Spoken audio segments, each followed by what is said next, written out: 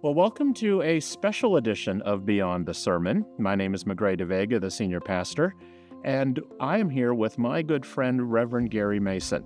I hope you had a chance to listen to his sermon about connecting with people who are on a search for meaning, like all of us.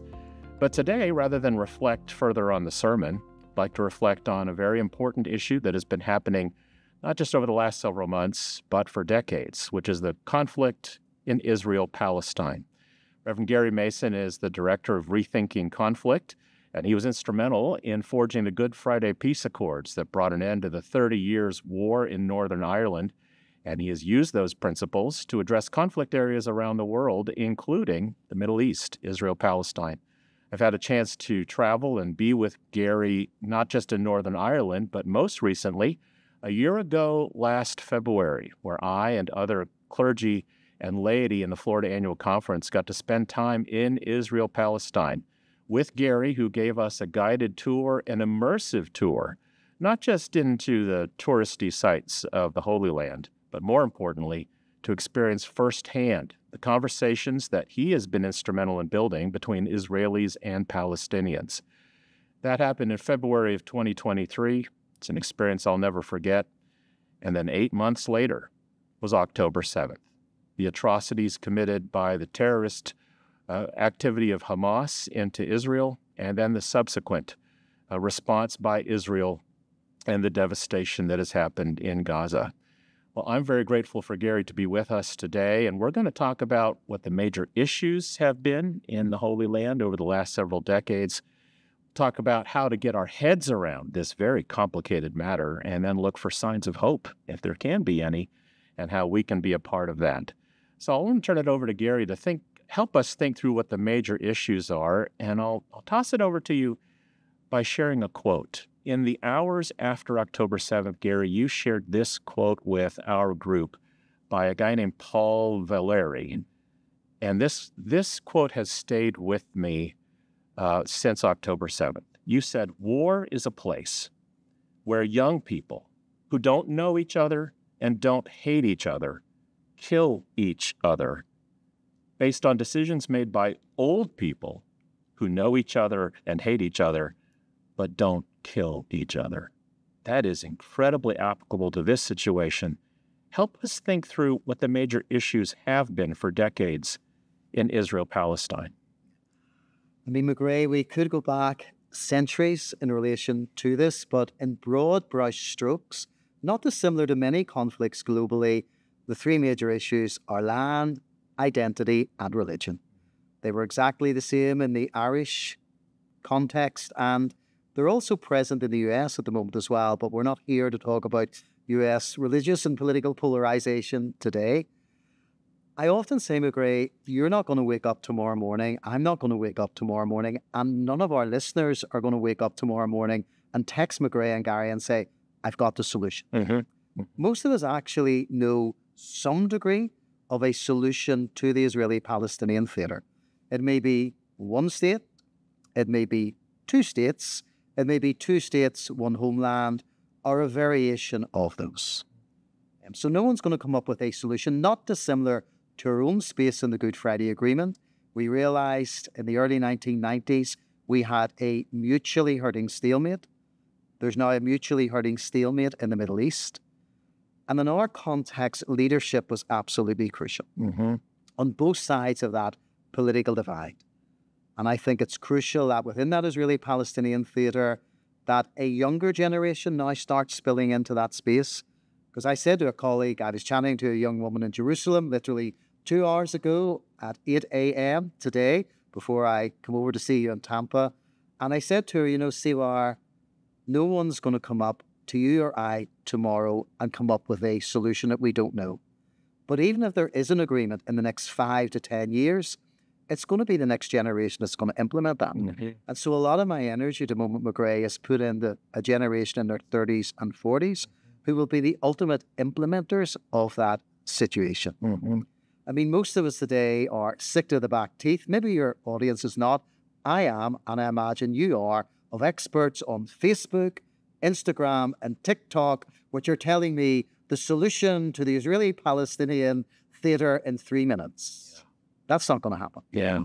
It is our human tendency that whenever we confront complicated issues, we don't like ambiguity. We don't like simplistic thinking. We default into more categorized thinking to help us get our heads around a more simplistic approach. And that has not worked in the Israeli-Palestinian conflict for 75 years. But that's been our default. What I appreciate about what you introduced to us in the Holy Land is the range of efforts, not just grassroots, but non-governmental agencies that you introduced us to, as well as governmental people, not just civic people, but religious people, as well as people in the arts, as well as people in government. Talk about how it requires a more complicated, complex approach from a variety of people, including religious people, to help us get into how we can think about and ultimately resolve the Israeli-Palestinian conflict. Magrey, you and I are defined academically as religious actors. But you and I know, and I often say to people, if you or me or some of our friends and colleagues listening in took ill today and we go to Tampa Hospital, invariably you're going to have a multidisciplinary approach to getting you better. Mm-hmm. There'll be religious actors, part of that story, pastoral, and a range of different people with medical skills. So I would firmly argue that we need a multidisciplinary approach to building peace.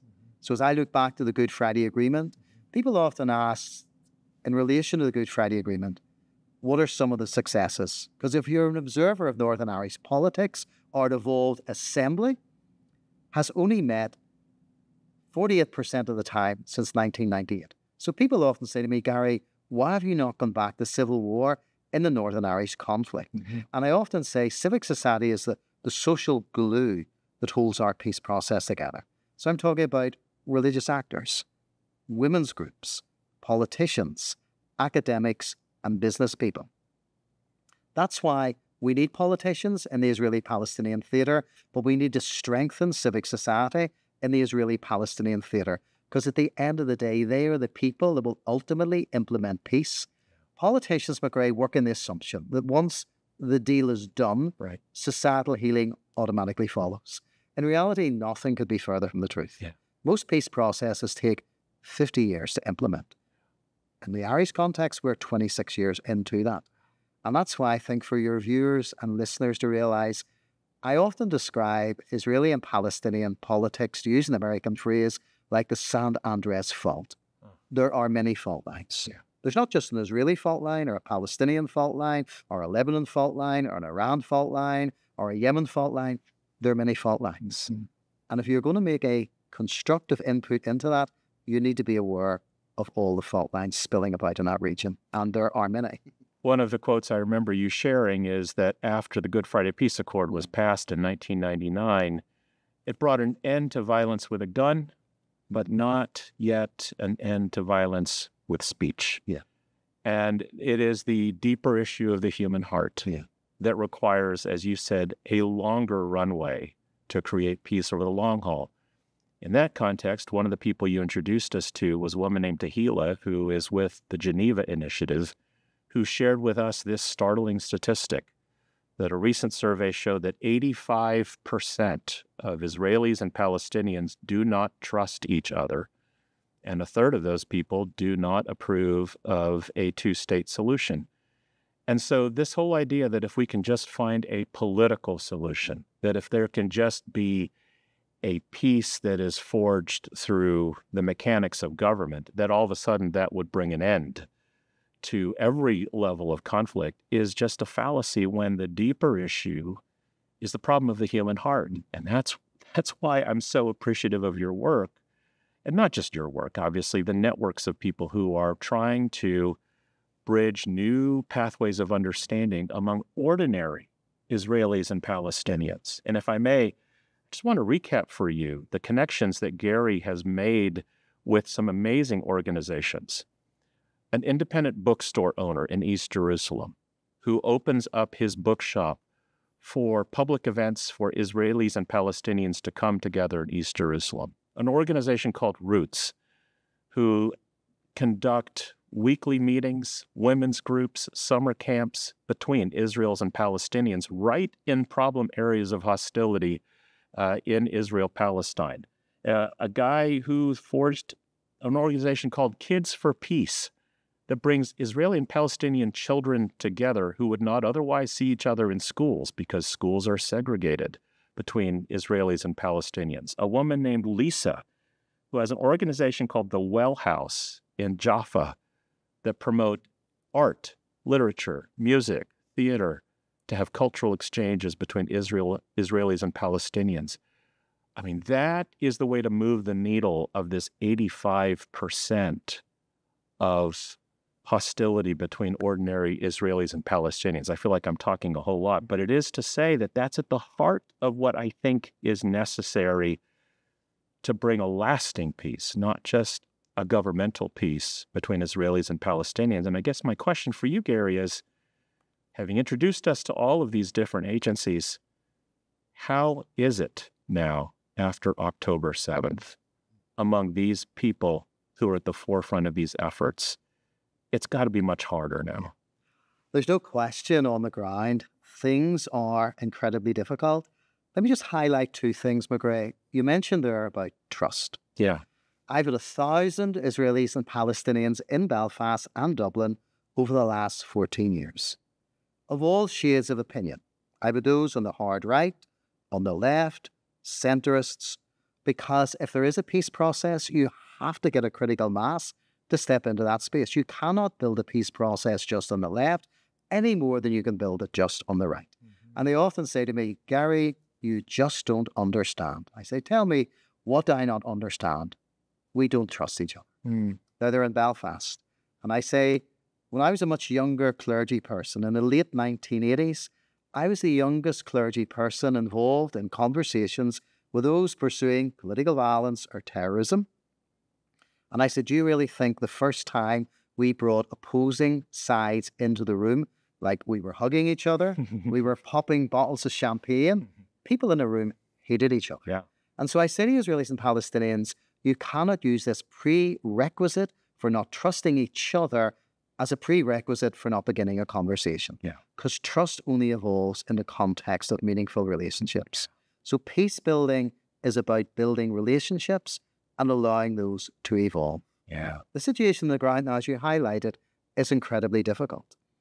I still am optimistic despite all that is going on, because I know situations where Israelis and Palestinians are having uncomfortable conversations. I'll give you a couple of examples. I'm not naming the organizations. A leading organization that you're aware of, in the midst of all this mess, wanted me to facilitate a conversation on the just war theory. And I said, I think we should leave that for another day. Israeli Jews are obviously saying the war in Gaza is a just war as there is an existential threat to us as a Jewish people. I understand it. Palestinians were saying, no, this is a genocide. You're bombing indiscriminately, etc., etc. I understand that as well. I said to Magrey, the key thing for you folk at the moment is to maintain relationships. There will be a time when I'm more than happy to sit down and talk about the just war theory, but today is not that time. And I've had that conversation time after time after time. It's maintaining relationships. I mean, a young Palestinian woman texts me 2 days after October the 7th. She's 23. She could be my daughter. And she said to me, Gary, are we all going to die? And I went back to her and I said, no, you're not. But once this is over, you need key leadership to move you out of this abyss. Let me tell you another story just in relation to this, which I've often found helpful. I had a group of Israelis and Palestinians maybe 3-4 years ago in Belfast. A young Palestinian woman come up to me and she says, Gary, quite candidly and bluntly, I think this week is just a waste of time. And I said, you may well be right. And maybe it's 5 or 6 days exploring mechanisms for our peace process may be a waste of time. But I said, at the end of the week, I just want you to say 3 words to me. I said, oh, really? She's quite cocky. She says, what are those 3 words? And I says, maybe, just maybe. That's all I want you to say. That maybe, just maybe, what you have learned in our process may be helpful in yours. You know where the story's going. Thursday night, she comes up, put her arms around me, tears in her eyes. She says, Gary, maybe, just maybe. So our role, Magrey, as religious actors and faith leaders is creating maybe, just maybe moments. How are you and I agents of hope in very destructive, difficult situations? What does that look like within a theological framework? One of the presenters that we met there said this phrase, if we have no hope, then we have nothing. If we have no hope, then we have nothing. Hope is no small thing. It is what conjures up that whole idea of the maybe. And sometimes that's all that God needs to forge something that we cannot see right now. I will offer this, one of the most indelible quotes that you have given to us as a congregation here. In fact, someone reminded me of this just a couple days ago, is your phrase that engagement is not endorsement. To engage someone who is vastly different from you is not to endorse their position, but it is to affirm them as a person. As we wrap up this segment beyond the sermon, I wonder if you would unpack that statement for us and how it might apply to our contexts here in the United States, where we are deeply divided along the lines of religion, land, and identity. How is it possible for us to engage without endorsing? I think the difficulty for all people in the US is if you are following Jesus Christ, you listen and you learn from Jesus Christ. So I'll give you the classic example. Jesus engages with the Roman centurion. Who contextually was the Roman centurion? Well, he was part, Magrey, of the most efficient military machine on planet Earth at that time, and the Romans had their jackboot on the neck of the Jews. Jesus, this is outlandish. You go and speak to the occupier. You engage with him. But not only do you engage with him, you come with this most outrageous statement, which I still don't get to this day. I have not seen so great faith in all of Israel. Oh, really, Jesus, you mean that? You mean this man's faith is better than all the disciples' faith? The Levites, the priests, the Pharisees? Well, hey, I didn't say it. How do you unpack that in a contested space? And that is what faith is about. Taking risks in contested spaces. And if we are to be followers of Jesus, we are to take those risks. Gary, I can't thank you enough, not just for this conversation about this important matter before us, but for preaching the message for us this week and for the years of impact you have made on this congregation. We look forward to future conversations with you. In the meantime, blessings with gratitude. Thank you for joining us for Beyond the Sermon. We'll see you next week.